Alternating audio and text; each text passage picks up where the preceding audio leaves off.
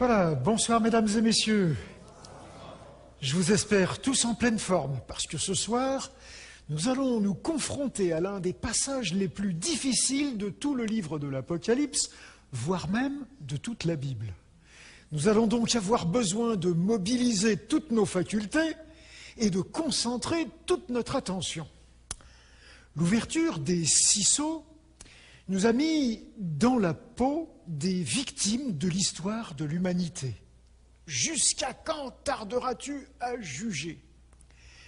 Les scènes du jugement final nous ont été rappelées et elles nous montrent donc que ce sont d'abord les instigateurs qui ont été jugés. Et maintenant, ce soir, nous allons nous intéresser à ce personnage que nous avions laissé de côté, qui est donc Babylone la Grande. Donc, nous allons nous attaquer à ce texte-là.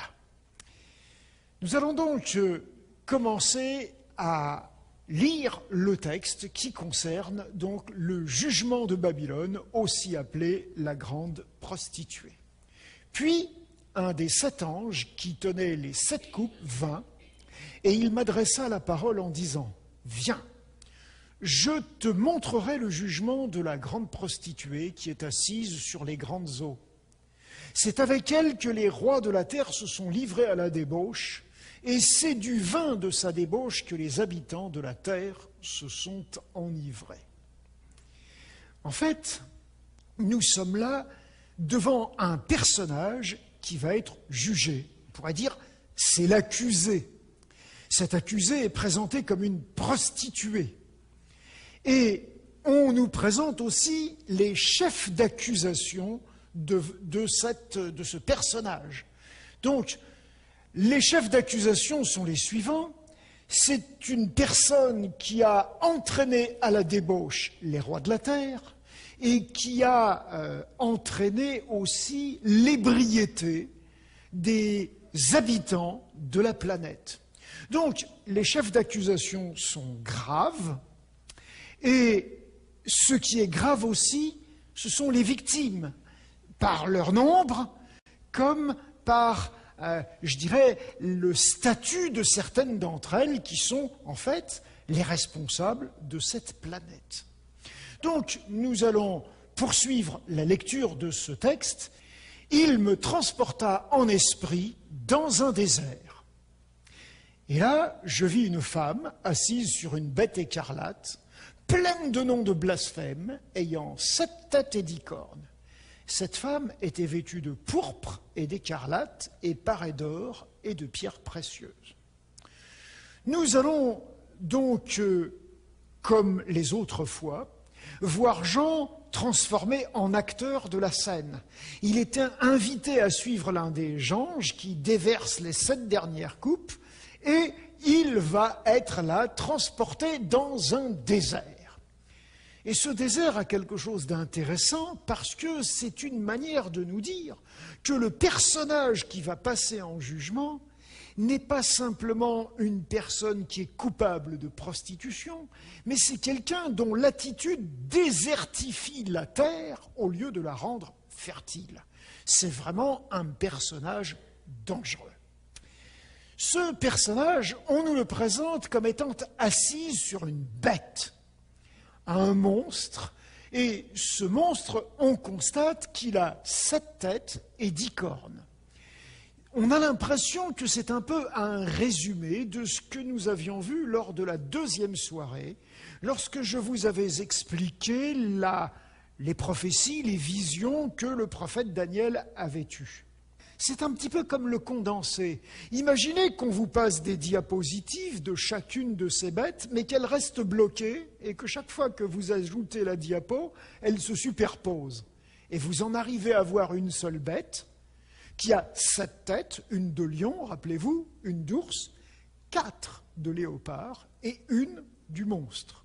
Et donc, ça fait au total 7 têtes, mais aussi cet animal a 10 cornes, puisque la dernière des bêtes de Daniel en avait 10. Donc, nous sommes donc devant un animal monstrueux dont on nous précise la couleur. Elle est écarlate. C'est une couleur qui est d'ailleurs aussi celle des vêtements de cette femme. Et cette personne, en fait, elle est là avec une attitude qui est vraiment tout à fait surprenante. Elle tenait dans sa main une coupe d'or remplie des abominations et des impuretés de sa prostitution. Sur son front était écrit un nom, un mystère, Babylone la Grande, la mère des débauchés. Et nous avons là donc la suite de ce voyage que l'apôtre Jean est en train de nous décrire. Cette personne, donc, elle est à la fois en train de boire, elle a donc une coupe à la main, et cette coupe est une coupe qui est remplie de choses qui sont abominables. Ça n'a rien à voir avec les cocktails qui nous ont été présentés dans la capsule de tout à l'heure. En plus, dans ce que porte cette femme, on nous précise, tout à l'heure on nous précisait qu'elle était pleine de bijoux, mais là on nous dit qu'elle a un espèce de serre-tête autour du front sur lequel est marqué son nom. Et ça, c'est une image que les gens de l'époque connaissaient bien. C'est une image qui nous présente les prostituées des bordels de l'Empire romain. Elles avaient toutes une espèce de serre-tête avec leur nom. Comme ça, le client pouvait les appeler par leur nom.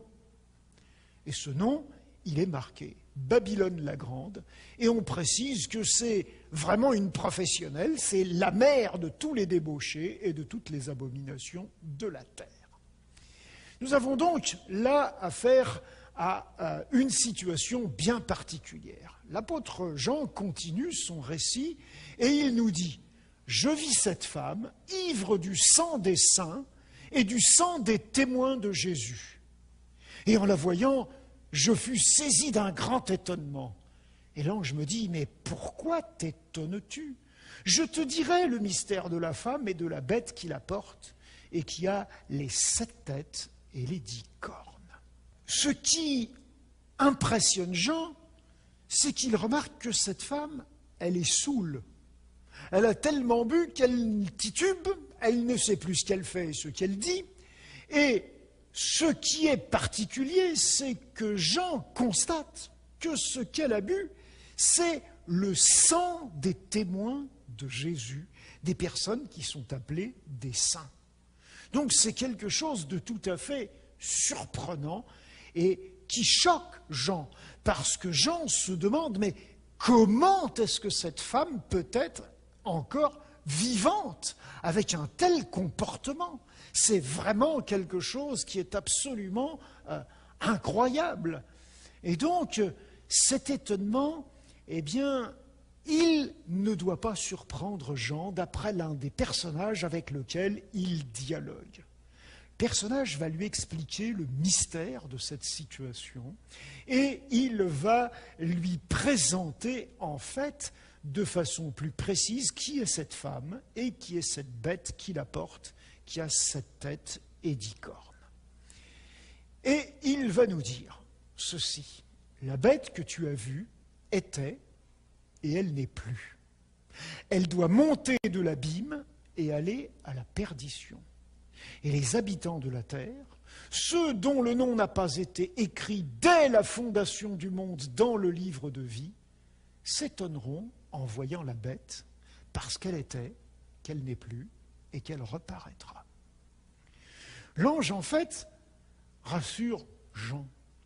La bête qu'elle chevauche, cette femme, elle appartient au passé. Elle était, mais elle n'est plus. Pourtant, elle doit reparaître en sortant de l'abîme, c'est-à-dire du domaine des démons, comme nous l'avons vu précédemment. C'est étonnant, c'est même démoniaque. On a l'impression que cette bête est en train de singer Dieu. Vous vous souvenez, dans l'Apocalypse, on dit que Dieu, c'est celui qui était, qui est et qui vient. Et elle, eh bien, on a l'impression qu'elle fait pareil. L'enjeu, pour elle, c'est de rendre plus difficile le discernement entre elle et Dieu. Les hommes doivent choisir qui adorer. Et plus la scène est confuse, plus c'est délicat de faire ce choix. Cette bête-là, comme le dragon, la bête de la vision centrale ont un air de famille. Les 3 ont 7 têtes et 10 cornes.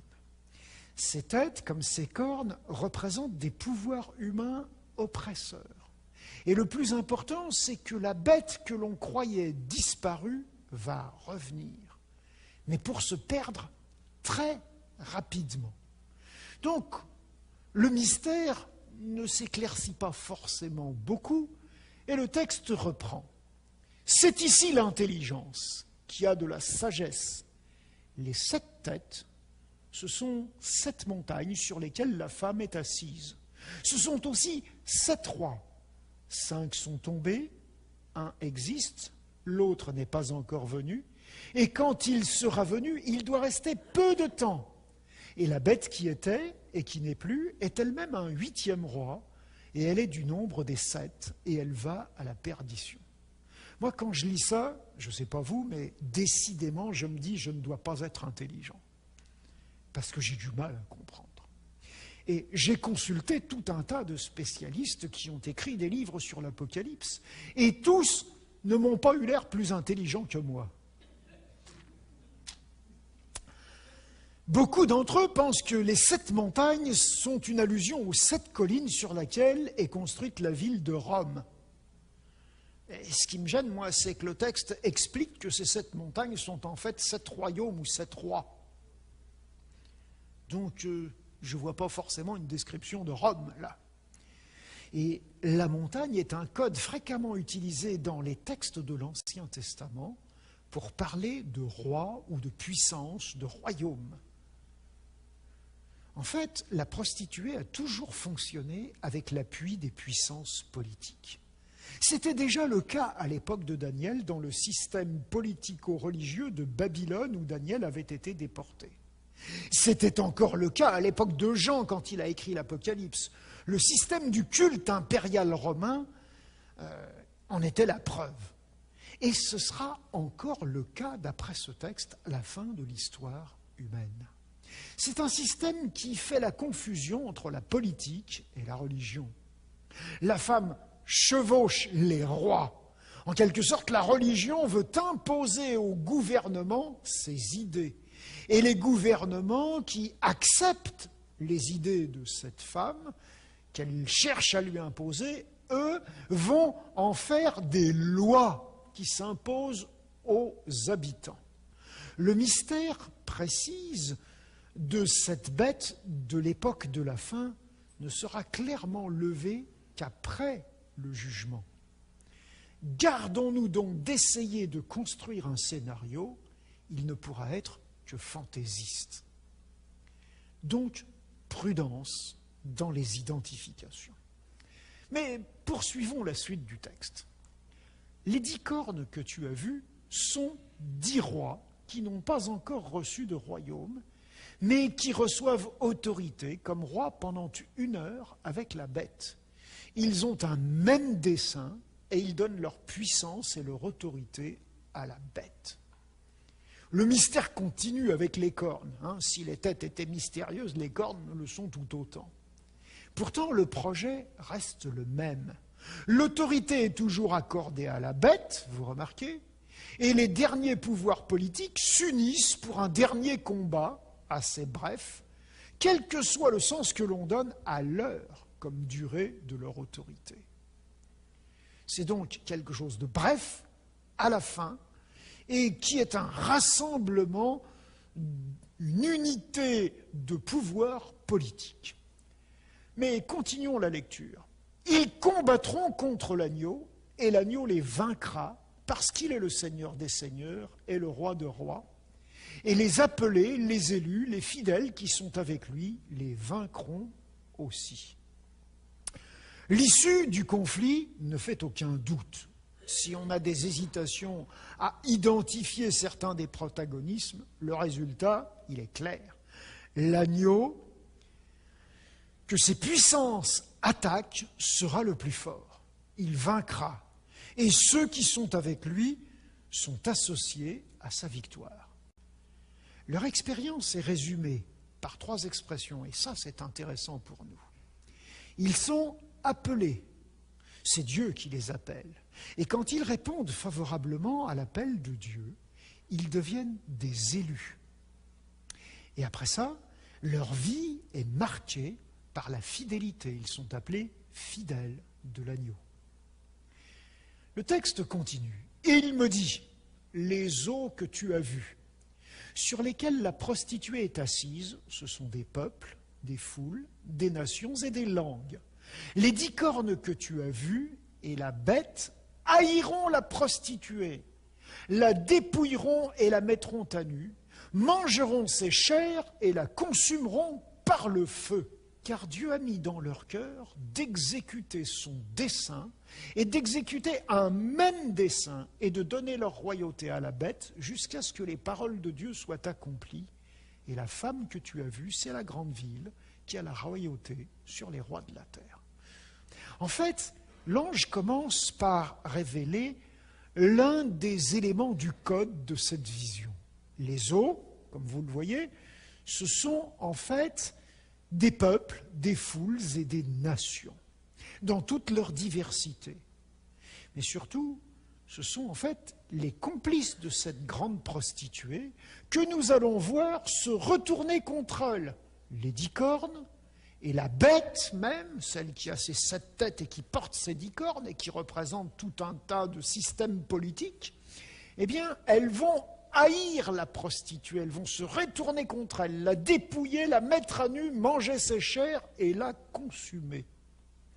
En fait, le mal que l'on fait devient comme un boomerang qui nous revient en pleine figure et nous frappe. Comme le dit le proverbe, on récolte ce que l'on sème. Dieu n'a même pas besoin d'intervenir. La prostituée qui méritait la mort est mise à mort par ses propres alliés. Et cette mort est terrible. C'est une mort, on pourrait dire, de gens qui sont de véritables anthropophages, hein, et qui après ça vont même brûler ce qu'ils ont mangé. Et le voyage de Jean se poursuit. Après cela, je vis descendre du ciel un autre ange qui avait une grande autorité, et la terre fut éclairée de sa gloire. Il cria d'une voix forte en disant « Elle est tombée, Babylone la grande. Elle est devenue une habitation de démons, un repère de tout esprit impur, un repère de tout oiseau impur et odieux, parce que toutes les nations ont bu du vin de la fureur de sa débauche, et que les rois de la terre se sont livrés avec elle à la débauche, que les marchands de la terre se sont enrichis par la puissance de son luxe. » Et c'est encore un ange, un messager céleste, qui est porteur d'une gloire qui vient de Dieu, qui envahit la terre tout entière. Et ce messager fait une proclamation solennelle. Le verdict est maintenant prononcé, et ses raisons sont à nouveau présentées. La grande prostituée est morte, elle est tombée, c'est fait. Et après ça, Jean nous dit, j'entendis du ciel une autre voix qui disait « Sortez du milieu d'elle, mon peuple, afin que vous ne participiez pas à ses péchés et que vous n'ayez pas de part à ses fléaux, car ses péchés se sont accumulés jusqu'au ciel, et Dieu s'est souvenu de ses iniquités. Payez-la comme elle a payé, rendez-lui le double selon ses œuvres. Dans la coupe où elle a versé, versez-lui le double. » Jean est maintenant attiré par ce qu'il entend. Il distingue que la voix qui lui parle vient du ciel. Et cette voix confirme le verdict. Et elle invite les personnes qui se sentent appartenir au peuple de Dieu à prendre leur distance d'avec cette personne et même de se joindre à ceux qui vont l'exécuter. Cet appel est très important pour nous aujourd'hui. Nous ne savons pas sous quelle forme va ressurgir le dernier pouvoir à la fois politique et religieux tyrannique. Nous avons pourtant dans notre société des tas d'exemples, y compris dans les sociétés que l'on pourrait taxer de païennes, mais même dans les sociétés religieuses. Par exemple, les partis religieux israélites. les islamistes iraniens, les extrémistes orthodoxes, grecs, serbes ou russes, les extrémistes catholiques irlandais ou polonais, les fondamentalistes protestants américains. Quel est leur message? Et le texte nous invite à nous éloigner de ce type de conception.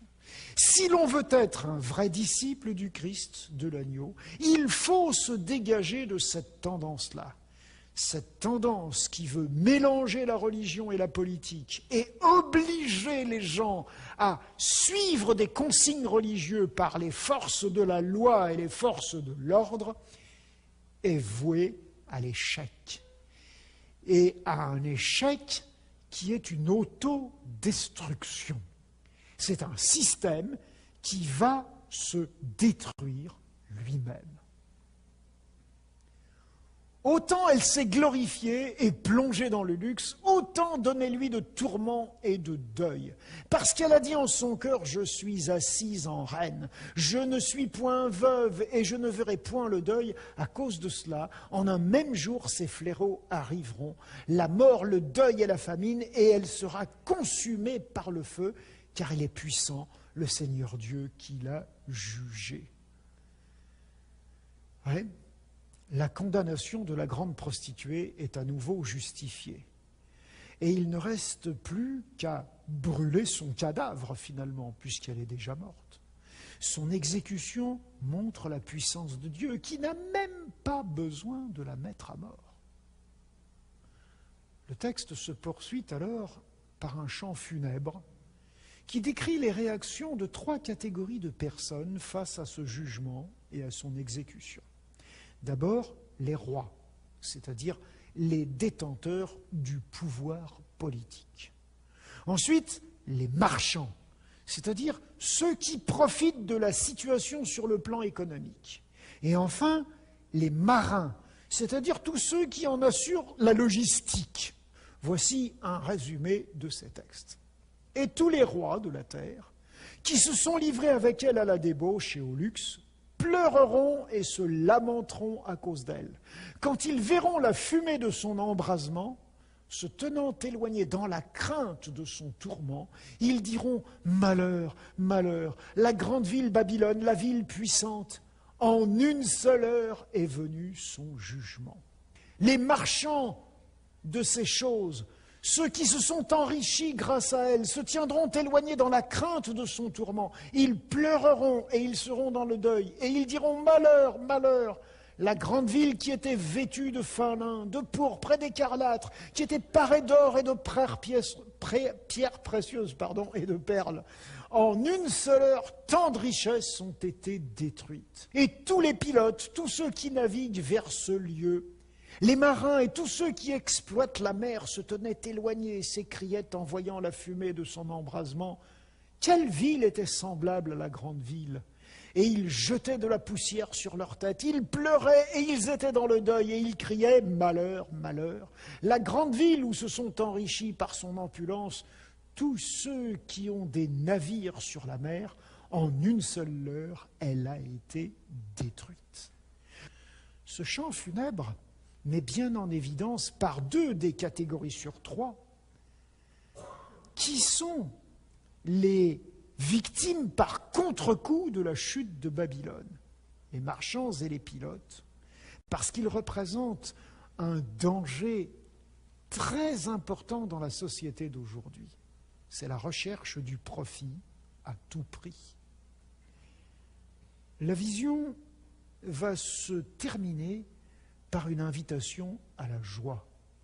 Ciel, réjouis-toi sur elle, et vous, les saints, les apôtres et les prophètes, réjouissez-vous aussi, car Dieu vous a fait justice en la jugeant. Et puis après ça, vient une dernière scène qui illustre ce jugement. Alors un ange puissant prit une pierre, semblable à une grande meule, et il la jeta dans la mer en disant « Ainsi sera précipitée avec violence Babylone, la grande ville, et on ne la trouvera plus. » Cette scène, en fait, elle est empruntée au prophète Jérémie, qui avait décrit de la même manière la chute de Babylone, la capitale du fameux Nabucodonosor. C'est maintenant presque comme si on répandait les cendres de ce cadavre incinéré dans l'Euphrate. La ville est tombée, elle est déchue et tout disparaît. Et après ça, il y a de nouveau un poème qui est présenté dans le texte et qui dit « Et l'on n'entendra plus chez toi les sons des joueurs de harpe, les musiciens, les joueurs de flûte et les joueurs de trompette. On ne trouvera plus chez toi aucun artisan d'un métier quelconque. On n'entendra plus chez toi le bruit de la meule. La lumière de la lampe ne brillera plus chez toi, et la voix de l'époux et de l'épouse ne sera plus entendue chez toi, parce que tes marchands étaient les grands de la terre, parce que toutes les nations ont été séduites par tes enchantements, et parce qu'on a trouvé chez elles le sang des prophètes et des saints et de tous ceux qui ont été égorgés sur la terre. » La condamnation est sans rémission. Et comme pour montrer que Dieu n'aime pas condamner, les raisons de cette condamnation sont énoncées pour une dernière fois. Et ces raisons doivent nous faire réfléchir. La recherche du profit à tout prix et la domination de l'argent, la séduction par laquelle les hommes sont trompés et obligent les autres à adopter leurs idées religieuses par la force de la loi, la violence qui tue, ceci ne peut être toléré si l'on veut qu'une vie de qualité puisse durer pour toujours.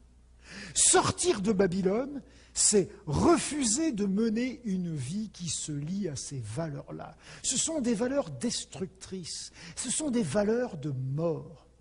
Notre seule chance de survie est d'accepter les valeurs que Dieu prône, la solidarité, la fraternité et la confiance en lui. La question pour chacun de nous est posée. Quelles sont les valeurs que j'adopte ? Quelles sont celles en fonction desquelles je vais conduire ma vie ? Même si ces valeurs nous semblent conduire à une impasse dans la société actuelle, ce sont les seules qui peuvent nous ouvrir la vie pour toujours. Ce sont les valeurs de l'agneau. Alors ce soir, faites le bon choix, c'est déterminant. Sinon, nous risquons d'être entraînés dans la chute de cette prostituée. Bonne soirée.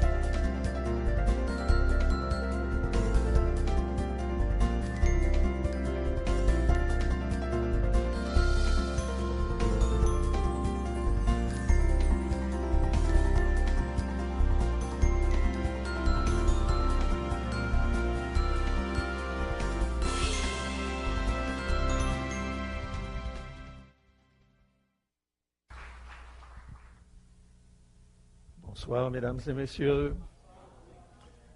Ce n'est pas une tradition quand je dis c'est un plaisir de vous revoir. C'est vrai, ça vient du cœur. J'ai du plaisir à partager la parole de Dieu et surtout de le faire lorsque je sens qu'il y a dans l'Assemblée un désir également de mieux découvrir cette parole. Est-ce que nous voyons un petit peu plus clair maintenant dans le livre de l'Apocalypse? Est-ce que nous commençons à replacer les choses là où elles devraient se trouver? Aujourd'hui, nous parlons de la grande prostituée. Lorsque nous prononçons ce mot, nous avons du mal à associer cela à l'Église. Pourtant, la femme dans la Bible représente l'Église. On le retrouve tout au long de l'histoire de la Bible, que ce soit dans l'Ancien comme dans le Nouveau Testament. Et à chaque fois que le peuple de Dieu s'est éloigné de Dieu, les prophètes ont utilisé le terme d'adultère pour désigner cet éloignement, cette apostasie du peuple de Dieu. Alors sur le plan historique, si vous savez que les 7 églises se trouvent ici, que le pendant de cette Église, c'est la Nouvelle Jérusalem, et que cette période de l'Église allait connaître à un certain moment l'apostasie, et parmi les apôtres, c'est certainement l'apôtre Paul qui en parle dans les termes les plus forts dans son épître aux Thessaloniciens. À partir de ce moment, il vous appartient simplement d'ouvrir un livre d'histoire pour comprendre les choses. Nous aurons l'occasion de revenir là-dessus. Et si peut-être pour nous c'est traumatisant de penser que l'Église de Dieu puisse être comparée à une prostituée, eh bien sachons que pour les premiers chrétiens qui étaient en train de mourir martyrs pour leur foi, cette idée était encore plus insupportable qu'elle ne l'est pour nous. Mes amis, je me régale d'entendre Bernard expliquer l'Apocalypse. Savez-vous ce que j'apprécie particulièrement dans ses exposés? Son approche quasi scientifique. On aurait pu tourner longtemps autour de cette bête et de la femme qui est assise dessus, faire comme les vétérinaires, là, vérifier la dentition comme pour un cheval, taper sur son flanc comme ils le font. Tout ça à condition, bien sûr, que la bête veuille bien nous le permettre et sans trop, bien sûr, nous être familiers avec la petite dame qui est assise dessus. Mais je ne suis pas certain qu'une telle recherche nous aurait permis de mieux comprendre l'Apocalypse et de mieux comprendre le sens prophétique. Bernard, lui, nous a invités à faire des additions. Et tout d'un coup, tout devient clair. On le sentait confusément qu'il y avait entre toutes ces bêtes décrites par Daniel et Jean un certain parallèle. Mais en faisant l'addition, nos soupçons deviennent certitudes. Mais oui, 7 têtes et 10 cornes, c'est la somme totale des têtes et des cornes de cette bête dont parle Daniel dans son chapitre 7. Le 4e animal, c'est un 4e royaume qui existera sur la terre, différent de tous les royaumes, et qui dévorera toute la terre, il la foulera et la brisera. Les 10 cornes, ce sont 10 rois qui s'élèveront de ce royaume. Dans notre tentative d'actualiser le texte de l'Apocalypse ce soir, nous allons mieux comprendre ce que Dieu reproche aux humains de tous les temps lorsqu'il demande à son peuple de sortir de Babylone. L'appel à sortir de Babylone dans l'Apocalypse paraît pressant. Sortez de Babylone, mon peuple. Mais pour évacuer un lieu, il faut en tout premier lieu savoir où on est et où se trouvent les sorties de secours. Ce qui nous amène à faire un retour par l'histoire. Où se trouvait la ville de Babylone à l'époque du prophète Daniel, c'est-à-dire environ 600 ans avant l'apôtre Jean? Aucun problème pour la situer géographiquement et aucun problème pour identifier non plus les visées de la Babylone de cette époque. Babylone est le nom d'une ville antique de la Mésopotamie, le pays entre les 2 fleuves, comme l'indique son nom, entre l'Euphrate et le Tigre. Elle est mentionnée pour la première fois au XXIe siècle avant Jésus-Christ, sous le nom de Babyle. Et il lui faudra, depuis 2400 avant Jésus-Christ, environ 6 siècles pour devenir un royaume d'importance en Mésopotamie. Son rayonnement politique et culturel se fera sentir principalement sous le règne d'Hammurabi. Ce nom vous dit peut-être quelque chose, vous avez entendu parler du code d'Hammurabi. 2 dieux ont la faveur des Babyloniens de cette dynastie amorite. Ce sont Marduk et la déesse Ishtar. Mais des révoltes vont affaiblir le royaume sous le règne de Samsu-Iluna. 17e siècle avant Jésus-Christ. Samsu-Iluna. Tiens, ma belle-fille est en train de chercher un prénom pour son fils. Je me demande si je ne vais pas lui proposer celui-ci. De révolte en révolte, toujours est-il que l'Empire va s'effriter et la dynastie amorite va disparaître sous les coups de boutoir des Hittites.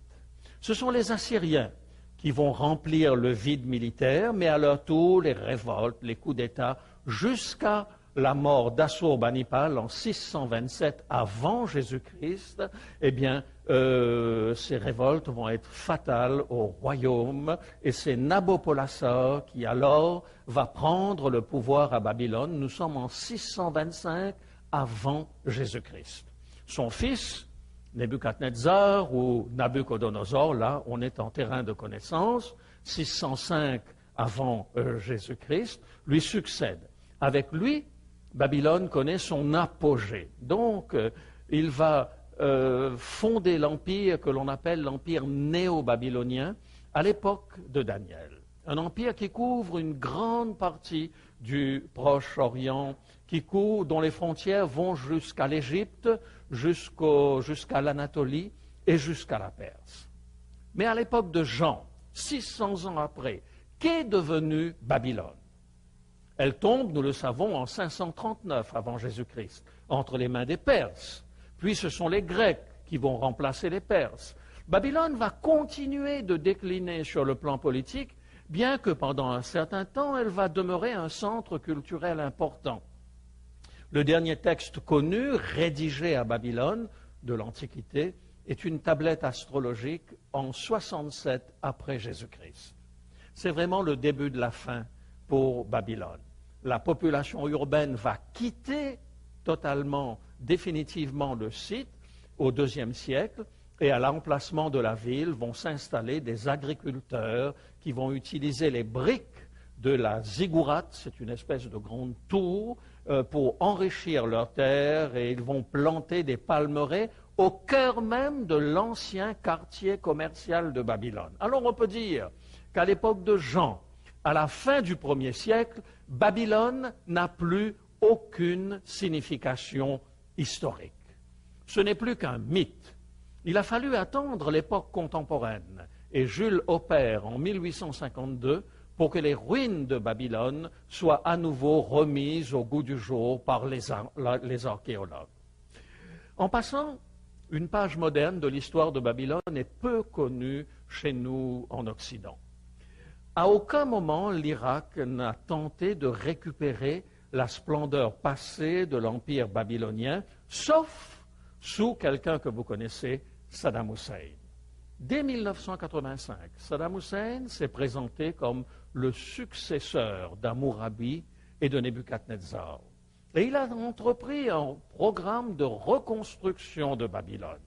Saddam Hussein a même imité les anciens souverains babyloniens parce qu'il a mis des inscriptions de fondation dans les différents bâtiments. Il s'est fait construire un palais à proximité de Babylone. Mais avec l'invasion de l'Irak en 2003, les Américains ont établi une base militaire sur le site de Babylone. Vous imaginez ce que les chenilles de blindés et le creusement de tranchées peuvent avoir comme conséquence sur des sites archéologiques aussi précieux. Pourquoi est-ce que je vous ai parlé de l'histoire de Babylone? Parce que la Bible contient 2 oracles qui sont prononcés sur Babylone. La première se trouve dans le livre du prophète Ésaïe. « Je me lèverai contre eux, dit l'Éternel des armées, j'anéantirai le nom et la trace de Babylone, ses descendants et sa postérité, dit l'Éternel, j'en ferai le gîte du hérisson et un marécage, et je la balayerai avec le balai de la destruction, dit l'Éternel des armées. » Encore plus fort, la deuxième citation, « Je rendrai à Babylone et à tous les habitants de la Chaldée tout le mal qu'ils ont fait à Sion. Voici, j'en veux à toi, montagne de destruction. » Tiens, le mot montagne, dit l'Éternel, à toi qui détruisais toute la terre. On ne tirera de toi ni pierre angulaire, ni pierre pour fondement, car tu seras à jamais une ruine, dit l'Éternel. Le texte se trouve dans le livre du prophète Jérémie. Des prophéties qui se sont réalisées jusqu'à ce jour à la lettre. Maintenant, au-delà de la ville, intéressons-nous un peu à la pensée religieuse de Babylone. Tout d'abord, rappelons que la valeur d'un dieu était à la mesure de ses exploits sur le champ de bataille à cette époque. Or, qui est le meilleur Dieu en 586 avant Jésus-Christ. Cette époque est celle de Daniel. Donc, selon le critère de l'époque, c'est incontestablement celui qu'adore Nebuchadnezzar, puisque Nebuchadnezzar a battu Israël. Ils sont 43 dieux dans l'enceinte sacrée de Babylone, le principal étant Marduk. Ah tiens, voilà un autre prénom qui pourrait revenir à la mode. Le dieu de la cité. Près de son temple se dresse une de ses tours, une ziggourate, immense pour l'époque. Une tour que certains veulent identifier à la tour de Babel. Commencez à y voir plus clair. Entre le peuple d'Israël et Babylone, il y a une histoire faite en même temps d'admiration et en même temps de répulsion tout au long des millénaires. Deux grandes civilisations, l'une ayant misé essentiellement sur le rayonnement géopolitique, c'est Babylone, et l'autre sur le rayonnement de la pensée, c'est Israël.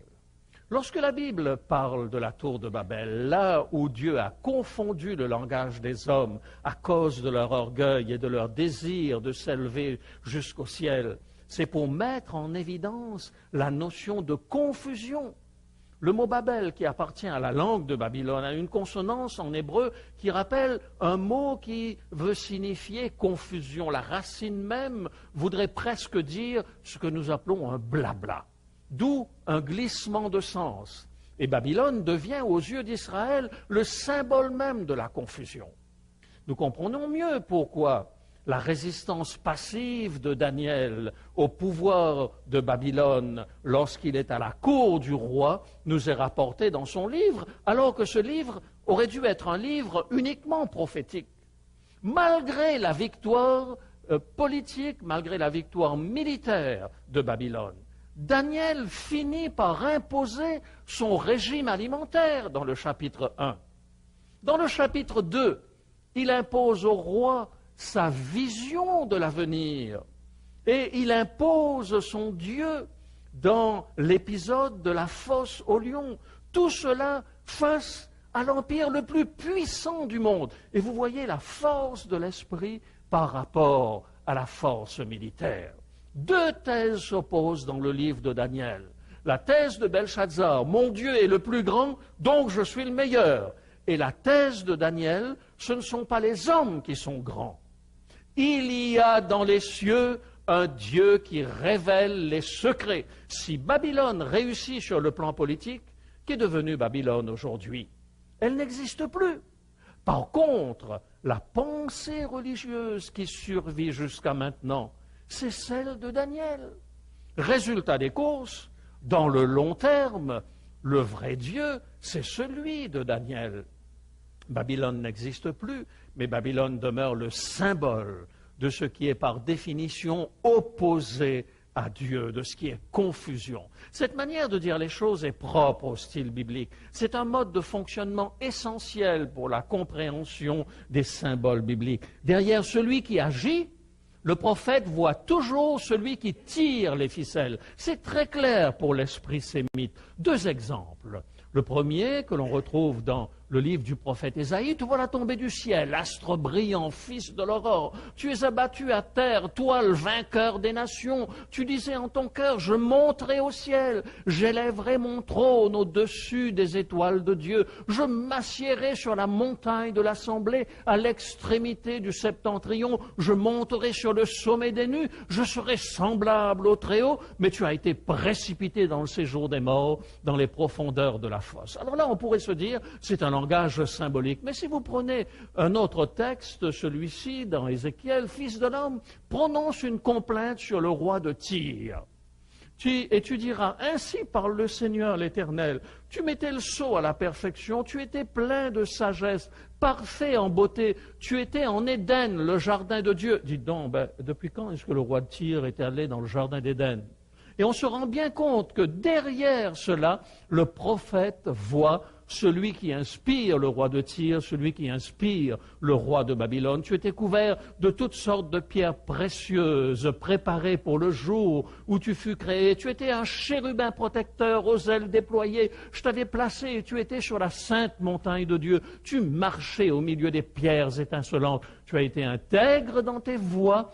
depuis le jour où tu fus créé, jusqu'à celui où l'iniquité a été trouvée chez toi. Lorsque la Bible parle de prostitution de son peuple ou d'un peuple, il s'agit de prostitution morale, de confusion entre le projet de Dieu et le projet des hommes. Sortir de Babylone, c'est choisir Christ et Christ seul.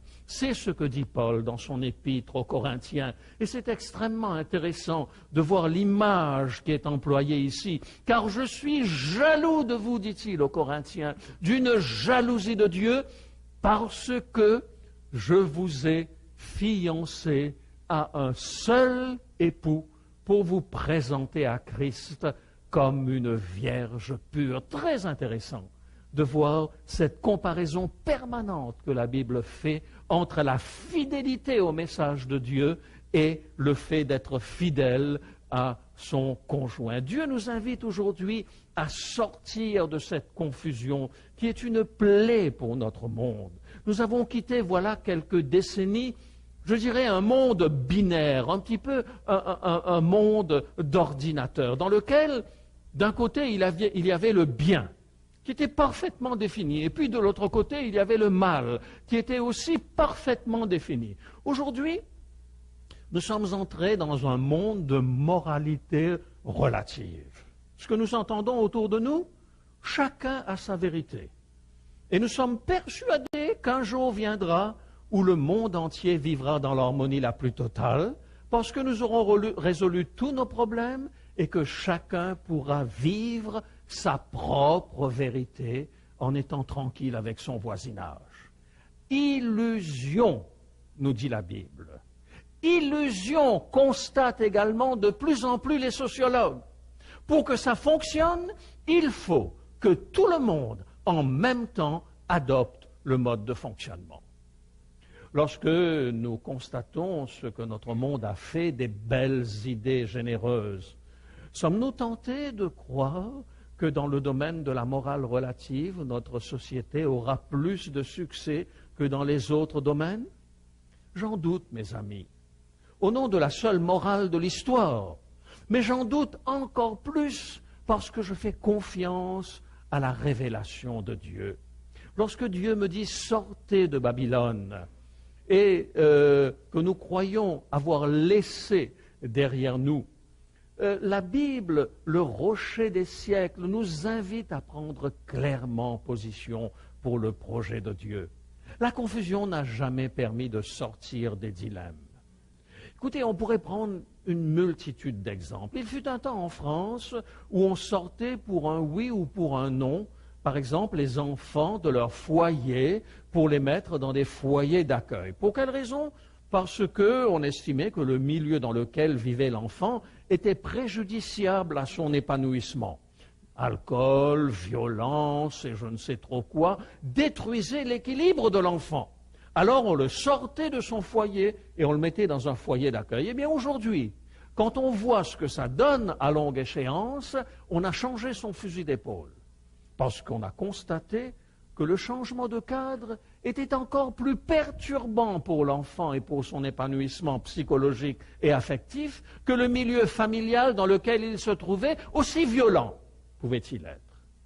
Mes amis, les modes passent, les théories pédagogiques passent, les théories religieuses passent, mais la parole de Dieu demeure éternellement. Faites confiance à Dieu. Sortez de la confusion, sortez de Babylone. Appuyez-vous sur sa parole. Elle est sûre et elle s'accomplira certainement.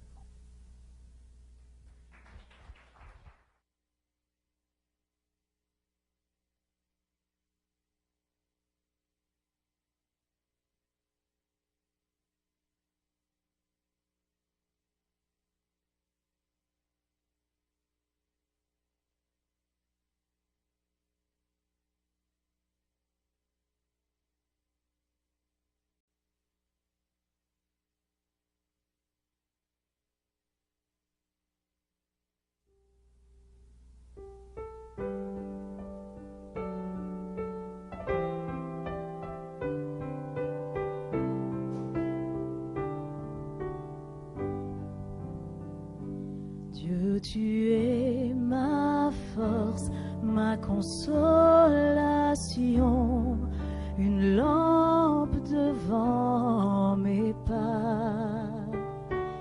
Ta voix a triomphé de l'ouragan, remporté le combat. Tu étends mes ailes pour toucher les cieux, protégé par ta main. Ta grâce m'appelle à lever les yeux et suivre ton chemin. Tu m'offres chaque jour ton infaillible amour, toi qui as fixé le cours des étoiles. Sois mon encre, sois ma voile. Ta miséricorde coule de la croix, ton sang m'a racheté. Tout ce que je suis me vient de toi, sans fin je te louerai. Tu m'offres chaque jour ton infaillible amour, toi qui as fixé le cours des étoiles. Sois mon encre, sois ma voile.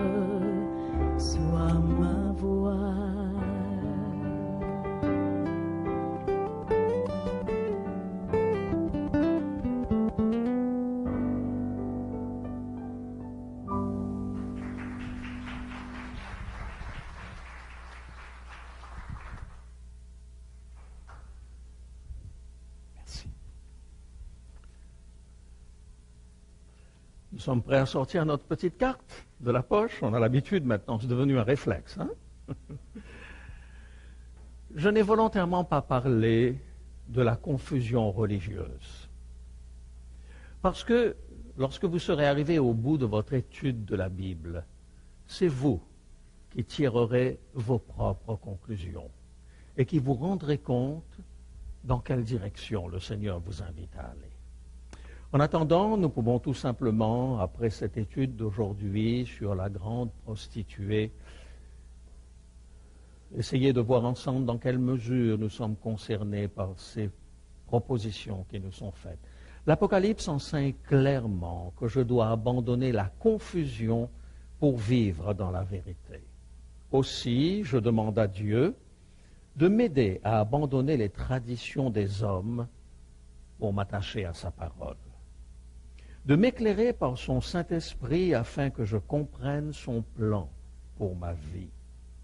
Et la troisième, de me donner la force de vivre selon les lumières qu'il m'a données. Si vous vous sentez interpellé par l'une ou l'autre de ces questions, mettez une petite croix à côté. Sinon, vous avez aussi la quatrième possibilité, si vous désirez recevoir le texte de la conférence de ce soir, d'inscrire « Je désire recevoir le texte de la conférence de ce soir ». Et ce n'est qu'à ce prix que vous allez pouvoir le recevoir. Eh bien, il ne me reste plus qu'à souhaiter que cette démarche que nous avons entreprise au niveau du livre de l'Apocalypse nous permette de grandir dans notre relation avec Dieu, nous permette également de pouvoir aller plus loin dans notre démarche de la découverte de la vraie nature de Dieu, de son amour et de sa grâce. Et c'est dans ce sens que j'aimerais qu'ensemble nous terminions cette soirée par la prière. Notre Dieu, notre bon Papa du ciel, chaque soir où nous sommes ici, nous découvrons un peu mieux ton projet pour notre vie. Chaque soir où nous entendons ces explications sur le livre de l'Apocalypse, nous comprenons mieux pourquoi il est important de rechercher à vivre selon ton projet. Ce soir, nous nous sommes sentis interpellés dans ce sens et nous voulons te demander de nous aider à te laisser conduire notre vie en toutes choses. C'est la grâce que nous te demandons au nom de Jésus.